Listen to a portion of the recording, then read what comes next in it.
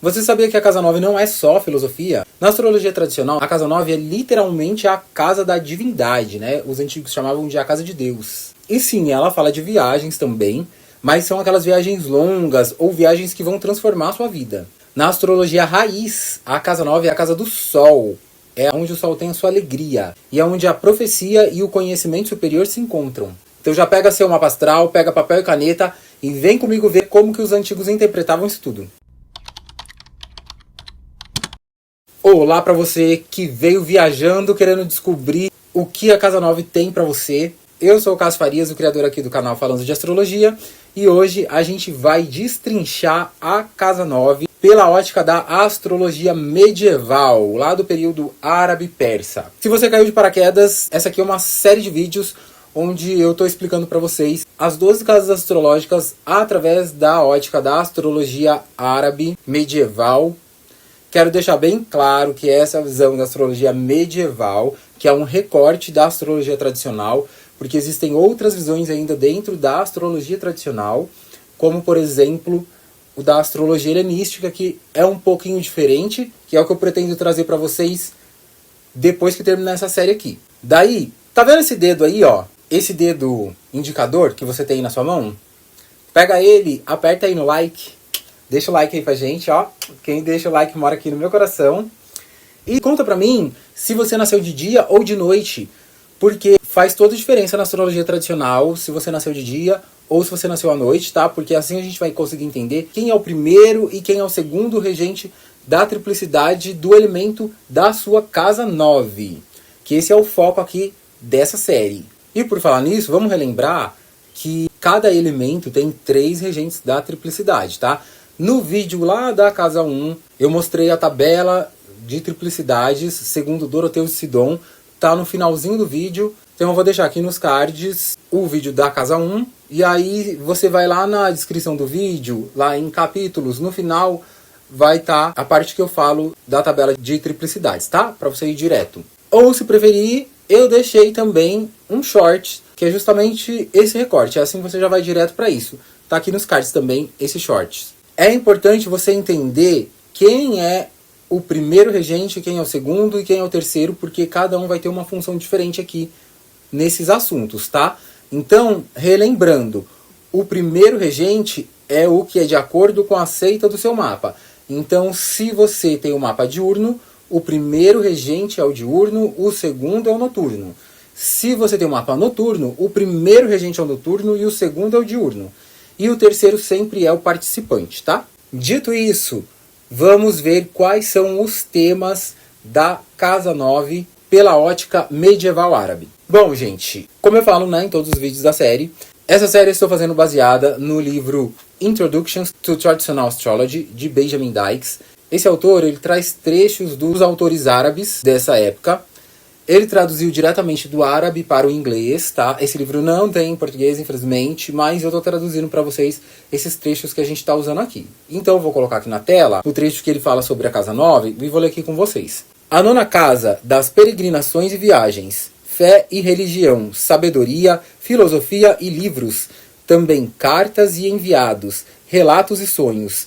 E ela significa o início da segunda metade da vida. Então olha só, ele já começa falando que a casa 9 é a casa das peregrinações e viagens. Gente, peregrinações é você ir para um outro lugar distante, afastado, andar, enfim, né? Vocês sabem o que é peregrinar. É quando você está num lugar, numa terra diferente, um lugar aí que você não domina ali, você não tem o seu lugar ali, sabe? Então você está peregrinando. Inclusive, a gente usa muito esse termo na astrologia, né? Porque a gente diz que um planeta, quando ele não tem nenhuma dignidade, ele está peregrino. É como se ele estivesse andando pela casa 9, entendeu? Não estou querendo dizer que é como se ele estivesse na casa 9 do mapa. Eu estou querendo dizer que é como se você estivesse fazendo uma viagem de casa 9, entendeu? E claro, né? Peregrinações e viagens. Porque se você está peregrinando, você está viajando. Não necessariamente a viagem é uma peregrinação.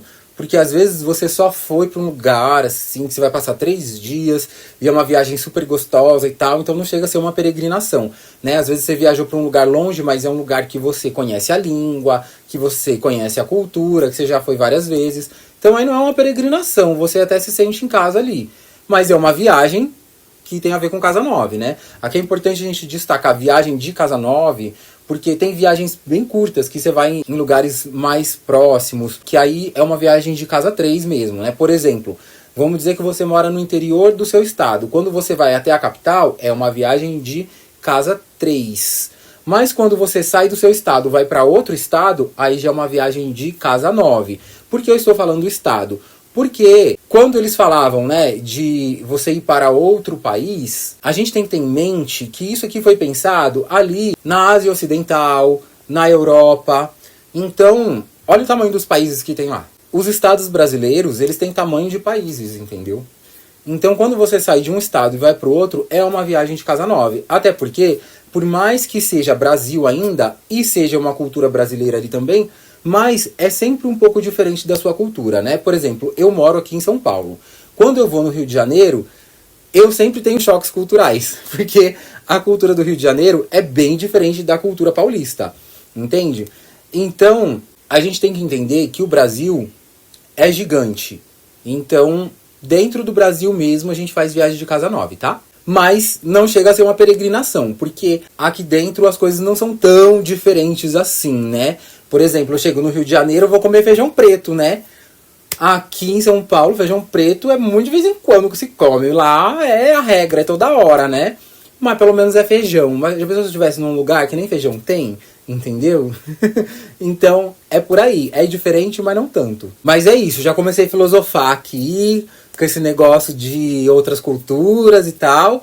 Mas não tem problema, gente, que isso é coisa de casa 9 também, tá? Vamos pro próximo. Aqui ele também fala fé e religião. Se você tem uma religião, você tem uma fé. Mas nem sempre que você tem uma fé, você tem uma religião. Eu, por exemplo, tenho fé em algumas coisas, eu acredito em algumas coisas. Mas eu não tenho religião, entendeu? Tem essa diferença, mas são ambos assuntos aqui da casa 9, tá? Então, gente, aquilo que você acredita, a sua crença, o seu corpo de crenças, de uma maneira mais estruturada, isso é assunto da casa 9. Independente de você ter religião ou não, tá? Agora, é importante notar que aquilo que você faz na prática com a sua fé é um assunto da casa 3 e não da 9. Porque as casas opostas, elas se complementam. Então, você pode acreditar em certas coisas, mas quando você pratica o que você acredita, aí é a casa 3. A crença é a casa 9. A prática é a 3.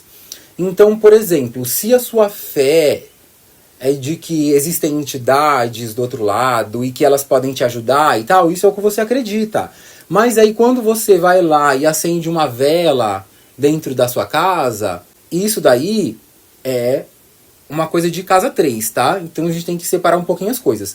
Porque assim, os assuntos, eles são complexos. E muitas vezes os assuntos, eles têm partes deles em cada casa, né? O pensamento da astrologia moderna tem uma coisa de achar que cada assunto está dentro daquela casa e pronto. Então eles acham que, e se eu vou falar de fé é só a casa 9. Se eu vou falar de comunicação, só pode ser a 3. Se eu vou falar, sabe, cada coisa que eles vão analisar é dentro de uma casa específica. Mas na verdade não é assim que funciona, tá? Na verdade, os assuntos eles meio que se esparramam pelas casas, né? Eles têm extensões em outras casas, né? Então, o assunto da fé é casa 9, mas a prática da fé é na casa 3, entendeu? E com a religião é a mesma coisa. A religião que você tem, né, que acaba sendo a sua fé também, ela é aqui na casa 9. Então, o corpo doutrinário da sua religião, a estrutura da religião em si, é uma coisa de casa 9.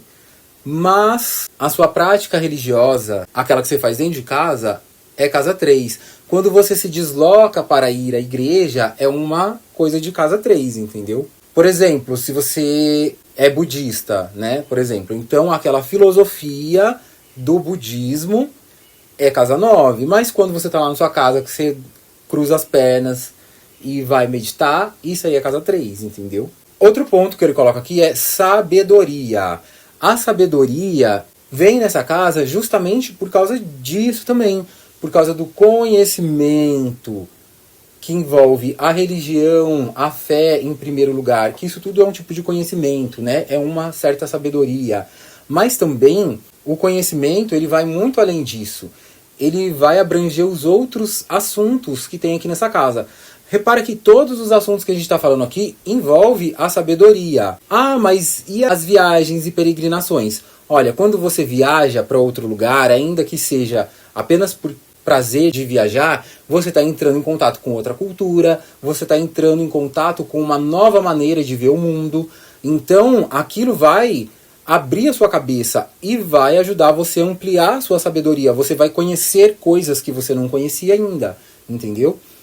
E a peregrinação, que ele falou no começo, também está muito relacionado com isso. Porque na antiguidade não existiam faculdades ainda. Então, para você ter uma profissão, você tinha que peregrinar. Você tinha que muitas vezes ir para outro país, atrás de um mestre daquela profissão que você queria, para ele te ensinar. Aí você ficava lá na cola daquele mestre 1 ano, 2 anos, até você sentir que você aprendeu tudo o que você tinha para aprender. Aí dali você falava, agora eu quero um outro mestre que vai me ensinar uma outra coisa. Aí você ia para um outro lugar, atrás de um outro mestre, para ele te ensinar aquilo por mais um tempo, 1 ano, 2 anos, sei lá, o quanto você achasse que precisava. E aí depois você ia atrás de outro. Então você ficava peregrinando para adquirir sabedoria, para adquirir conhecimento. E é daí que a Casa 9 fala sobre ensino superior. Porque naquela época você tinha que ir viajar para você poder aprender as coisas. Porque lá na sua vilinha não tinha quem te ensinasse, entendeu? Tem até um vídeo do canal Estranha História que ele explica justamente essa questão da peregrinação para aprendizagem. Eu vou deixar para vocês aqui na descrição do vídeo porque é importante vocês terem essa perspectiva histórica de como que foram surgindo as universidades e de como que a coisa foi se desenrolando, porque isso está totalmente vinculado aqui com o assunto da Casa 9, né? Então, entenda que as universidades, elas são vinculadas à Casa 9 justamente porque todos os assuntos da Casa 9 eram assuntos essenciais para você adquirir o conhecimento. Mas, por falar em conhecimento, ele fala aqui também sobre filosofia. Então, a filosofia em si é um assunto de Casa 9. E filosofia é uma coisa diversa também. Existem várias filosofias, né? Tem as filosofias mais seculares, que é mais sobre você pensar a vida, pensar o porquê das coisas. Mas tem filosofias que se voltam mais para o lado espiritual, né? Porque aqui no Ocidente a gente tem esse conceito de religião e a gente acha que todo lugar do mundo tem religião, que tudo é religião. Mas assim, lá no Oriente, por exemplo, eles não enxergam as coisas que eles acreditam como religiões, que aí ele tem que seguir aquela religião específica e pronto, né?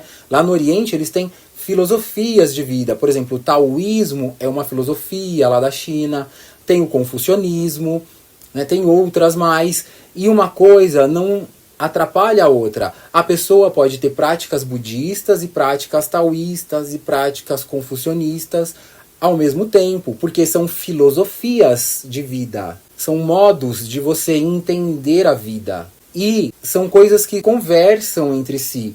Então, uma traz um determinado conhecimento, a outra traz um outro determinado conhecimento e você consegue encaixar aquilo tudo na sua vida ao mesmo tempo. Não precisa você ser uma coisa e pronto, não precisa você ter um rótulo específico, entendeu?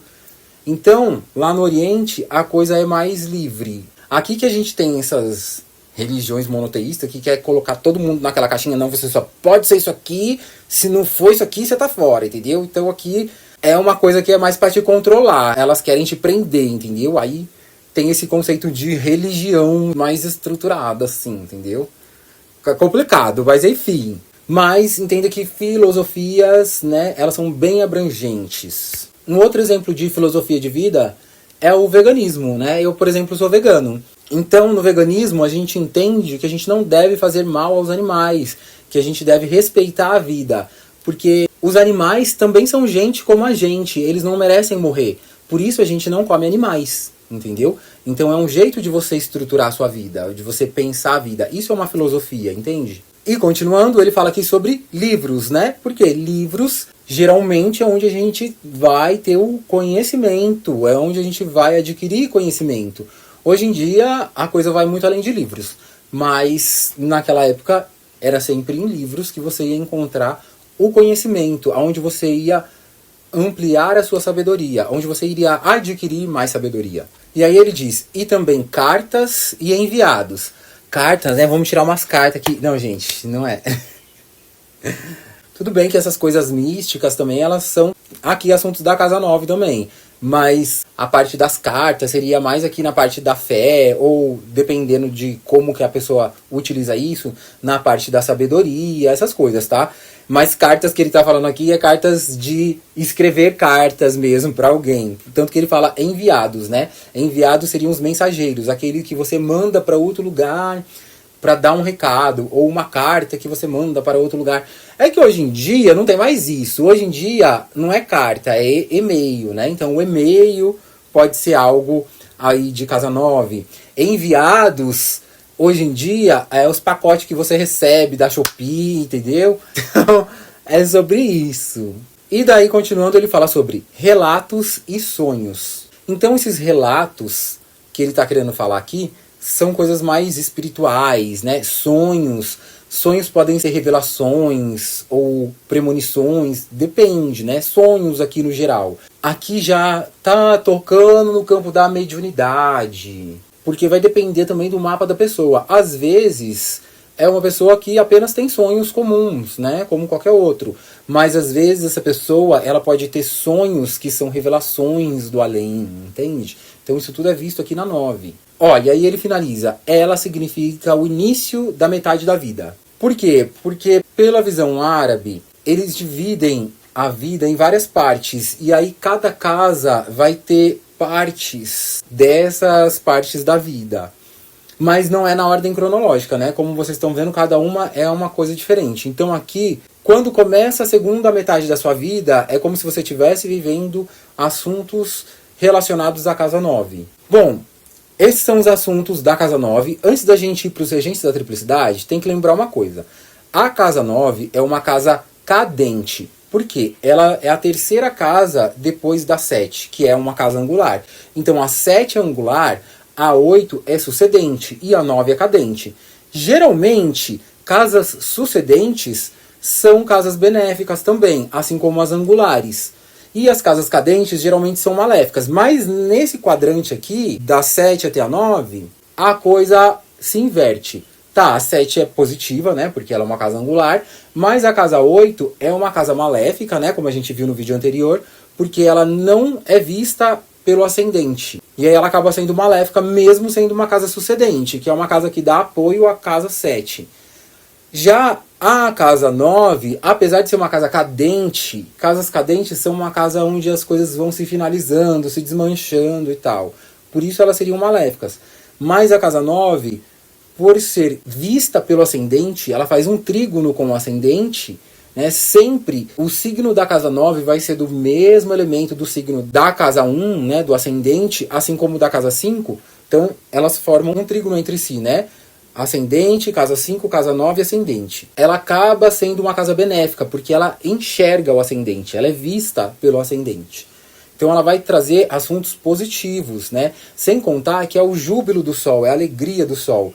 Né? Porque o sol, ele vai representar o espírito. Aqui eles entendiam como a casa do Deus. Assim como a casa 3, que é oposta, era a casa da deusa, né? Aí a 3 é o júbilo da lua, a alegria da lua.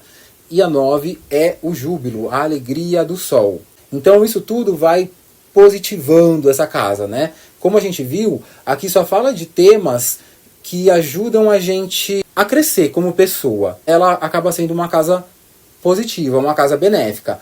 Mas claro que dentre todas as casas benéficas, a 9 é a mais fraquinha, assim, porque ela é uma casa cadente. Há um ponto também que a gente tem que lembrar, é que como a casa 9, ela fala de viagens, fala de peregrinação, aqui é o nosso contato com o estrangeiro, com o que está para fora, né, com o exterior.